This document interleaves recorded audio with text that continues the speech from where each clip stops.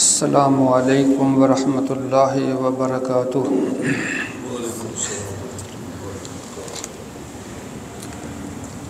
یا ربی لک الحمد کما ینبغی لجلال وجہک وعظیم سلطانک، اما بعد۔ اعوذ باللہ من الشیطان الرجیم، بسم اللہ الرحمن الرحیم۔ وعاشروہن بالمعروف فإن کرہتموہن فعسى أن تكرهوا شيئا ويجعل الله فيه خيرا كثيرا۔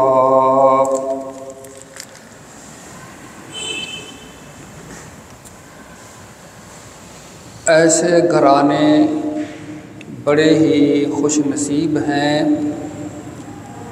جس گھر کے اندر میاں بیوی آپس میں ایک دوسرے کے حقوق وہ نبی مکرم علیہ الصلاۃ والسلام کی تعلیمات، آپ کی ہدایات کے مطابق وہ سر انجام دیتے ہیں۔ اللہ فرماتے ہیں وَلَهُنَّ مِثْلُ الَّذِي عَلَيْهِنَّ بِالْمَعْرُوفِ، جس طرح عورت پر مرد کے حق ہیں، ایسے ہی اللہ نے مرد کے ذمے بھی عورت کے حقوق مقرر کیے ہیں۔ گھر میں جو فساد کی اصل جڑ ہے کہ ماں باپ اپنی اولاد کو جو مروجہ علوم ہیں اس میں تو کوئی کسر نہیں چھوڑتے۔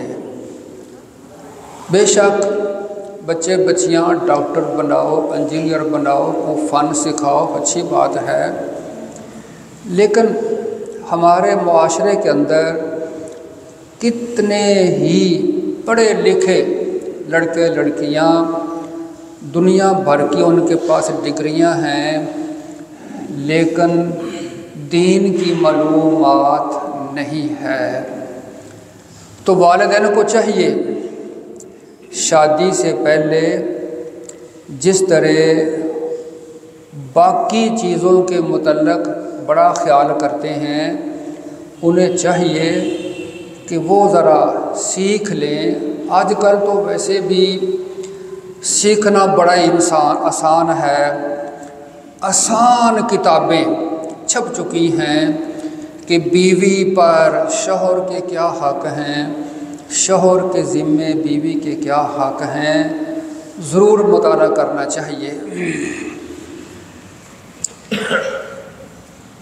اللہ تعالیٰ نے جس طرح عورت کو تاکید کی ہے کہ شوہر کے حق ادا کرے، ایسے ہی شوہر کو بھی تاکید کی ہے کہ اپنی عورت کے حق ادا کرے۔ پیارے پیغمبر علیہ الصلاۃ والسلام نے اپنے عمل سے، اپنے نمونے سے لوگوں کے سامنے ایک آئینہ رکھ دیا ہے۔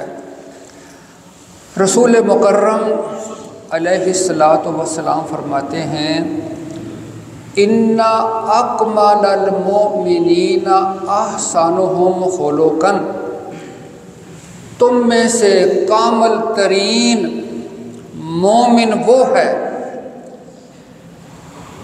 جو اپنے اہل خانہ کے لیے بہتر ہے۔ خیارکم خیارکم لنسائہم حسنا، تم میں سے بہتر وہ شخص ہے، آپ نے 3 دفعہ فرمایا، جو اپنی عورتوں کے لیے بہتر ہے۔ نبی مکرم علیہ الصلاۃ والسلام کے پاس ایک خاتون اپنے کسی مسئلے کے لیے حاضر ہوئی، آپ نے اس کی بات سنی، اس کے مسئلے کو، اس کی حاجت کو پورا کر دیا۔ جب جانے لگی تو نبی علیہ الصلوۃ والسلام اسے فرماتے ہیں آذات زوجن انت، کیا تو شادی شدہ ہے؟ اس نے عرض کی کہ ہاں میں شادی شدہ ہوں۔ فرمایا سوچ لینا، دیکھ لینا، تیرا شوہر تیرے لیے جنت بھی ہے، تیرے لیے جہنم بھی ہے۔ یعنی اس قدر آپ نے تاکید فرمائی۔ اور نبی مکرم علیہ الصلاۃ والسلام فرماتے ہیں الدنیا متاع وخیر متاع الدنیا المرأة الصالحہ، دنیا بھر کا مال، دولت، خزانے، فرمایا دنیا بھر کے ساز و سامان سے، مال و دولت سے زیادہ قیمتی نیک عورت ہے، صالح عورت ہے۔ اور ایک حدیث میں آتا ہے نبی علیہ الصلوۃ والسلام نے فرمایا اذا صلت المرأة خمسها وصامت شهرها واحسنت فرجها واطاعت بالها، کہ وہ عورت جو پابندی کے ساتھ، اہتمام کے ساتھ پانچوں نمازیں ادا کرتی ہے اور رمضان المبارک کے روزے رکھتی ہے، اپنی عفت، عصمت، عزت کا تحفظ کرتی ہے اور اپنے شوہر کی فرما بردار ہے، اطاعت گزار ہے۔ ایک حدیث میں آتا ہے کہ خیر النساء، عورتوں میں سے بہتر عورت وہ ہے کہ جب شوہر باہر سے کاروبار کر کے تھکا ماندہ گھر آئے، عورت اٹھ کر اس کو خوش آمدید کہے، اس انداز سے مسکرا کر ملے کہ سارے دن کی اس کی تھکاوٹ ہی دور ہو جائے۔ ہاں جی، فرمایا اذا نظرتا مسرت کا، جب تو اسے دیکھے جو تجھے خوش کر دے۔ اور اگر عورت، بندہ تھکا ماندہ شام کو گھر آتا ہے، آگے سے ماتھے پر تیوڑی چڑھی ہوئی ہے، سارے دن کی تھکاوٹ سے زیادہ جو عورت کا مزاج خراب ہے وہ زیادہ اثر انداز ہے، زیادہ اس کو تکلیف ہوگی۔ نبی مکرم علیہ الصلوۃ والسلام نے فرمایا جس عورت کے اندر یہ چار خوبیاں پائی جائیں، اللہ کے ہاں اس عورت کا یہ عمل اتنا پسندیدہ ہے کہ قیامت والے دن اللہ فرمائیں گے تیرے لیے جنت کے 8 دروازے کھلے ہیں، جس سے چاہے داخل ہو جائے۔ تو اللہ فرماتے ہیں وَعَاشِرُوهُنَّ بِالْمَعْرُوفِ، عورتوں کے ساتھ مردوں کو حکم دیا کہ بھلے طریقے سے، دستور کے مطابق، وہ طریقہ جو اللہ کے رسول نے تمہیں بتایا ہے اس طریقے کے ساتھ ان کے ساتھ اچھا سلوک کرو۔ فَإِن كَرِهْتُمُوهُنَّ، اگر آدمی یہ خیال کرتا ہے کہ میری عورت میں یہ کمی کوتاہی ہے، اسے ناپسند سمجھتا ہے، اسے غصہ آتا ہے، تو آدمی یہ سوچ لے کہ کیا میں ہر لحاظ سے مکمل ہوں؟ کیا عورت کو بھی حق ہے کہ نہیں کہ جو میری عورت کو میری حرکتیں، میرا عمل ناپسند ہے، میں وہ بھی سوچ لوں؟ کوئی نہ کمی کوتاہی اگر عورت کے اندر ہے تو مرد کے اندر بھی ہے۔ نبی مکرم علیہ الصلوۃ والسلام فرماتے ہیں اگر عورت کے اندر ایک کمی ہے تو اس کی اصلاح کرو اور جو اس کی خوبی ہے اس کی قدر کرو، تو پھر معاملہ درست ہو جاتا ہے۔ فرمایا فَعَسَىٰ أَن تَكْرَهُوا شَيْئًا وَيَجْعَلَ اللَّهُ فِيهِ خَيْرًا كَثِيرًا۔ ایسا بھی ہو سکتا ہے آدمیوں کو تاکید کی، نصیحت کی، ایک عمل کو تم ناگوار سمجھتے ہو، ناپسند سمجھتے ہو سکتا ہے جس سے تم ناگواری محسوس کرتے ہو اس کام کے اندر اللہ کو خیر رکھ دے، کوئی بھلائی رکھ دے۔ اس لیے جب رشتہ طے پا جائے، نکاح ہو جائے تو گزارا کرنا چاہیے۔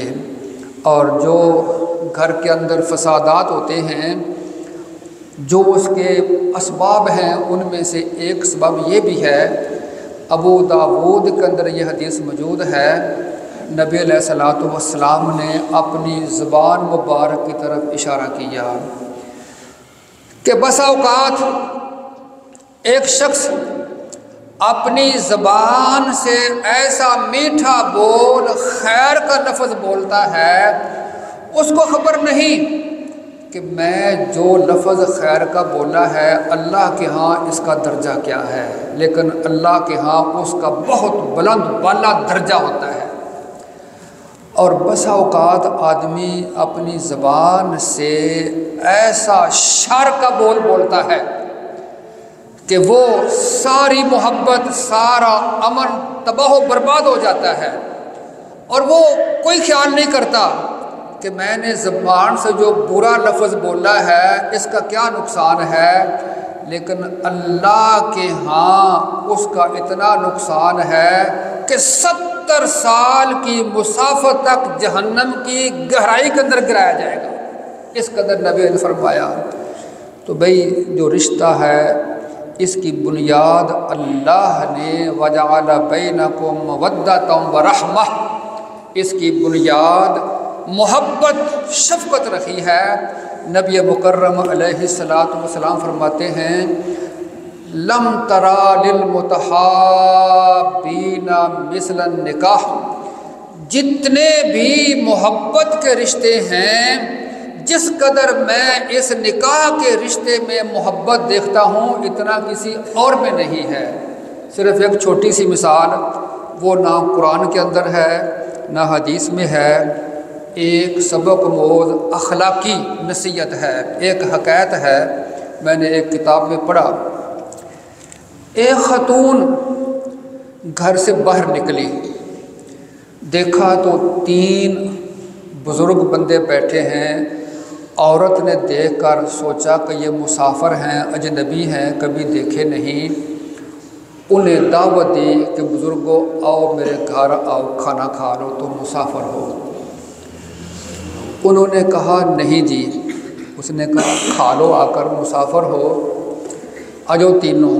انہوں نے کہا ہم تینوں اکٹھے نہیں آ سکتے،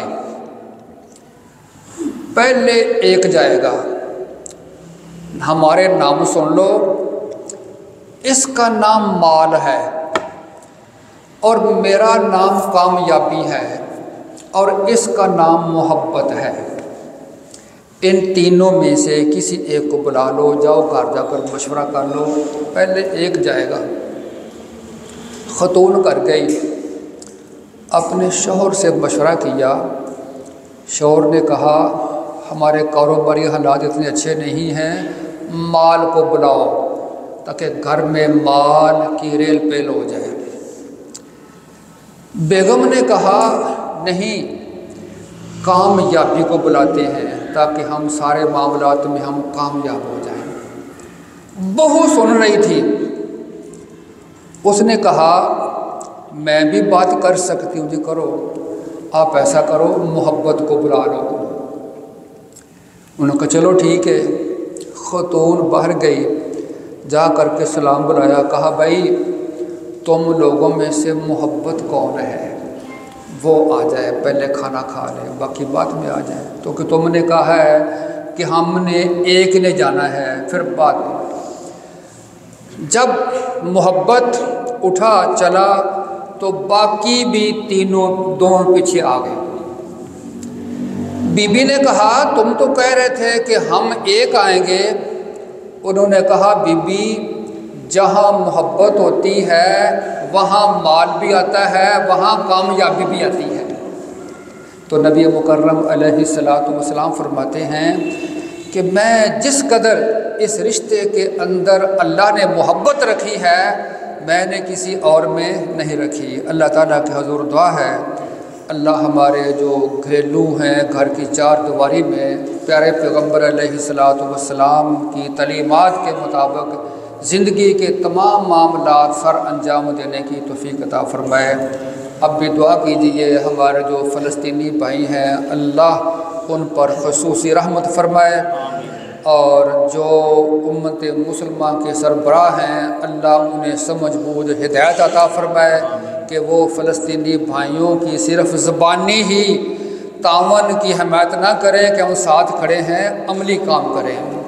اللہم اغفر لنا ولجمیع المؤمنین والمؤمنات والمسلمین والمسلمات، اللہم الف بین قلوبہم واصلح ذات بینہم وانصرہم علی عدوک وعدوہم، اللہم انا نجعلک فی نحورہم ونعوذ بک من شرورہم، اللہم انصر المجاہدین الذین یجاہدون فی سبیلک لإعلاء کلمتک ولإقامۃ سنت لنبیک، اللہم اہلک الظالمین بالظالمین، اللہم اہلک الظالمین بالظالمین، اللہم انصر المجاہدین فی کشمیر، اللہم انصر المجاہدین فی فلسطین، اللہم انصرہم نصرا عزیزا وافتح لہم فتحا مبینا،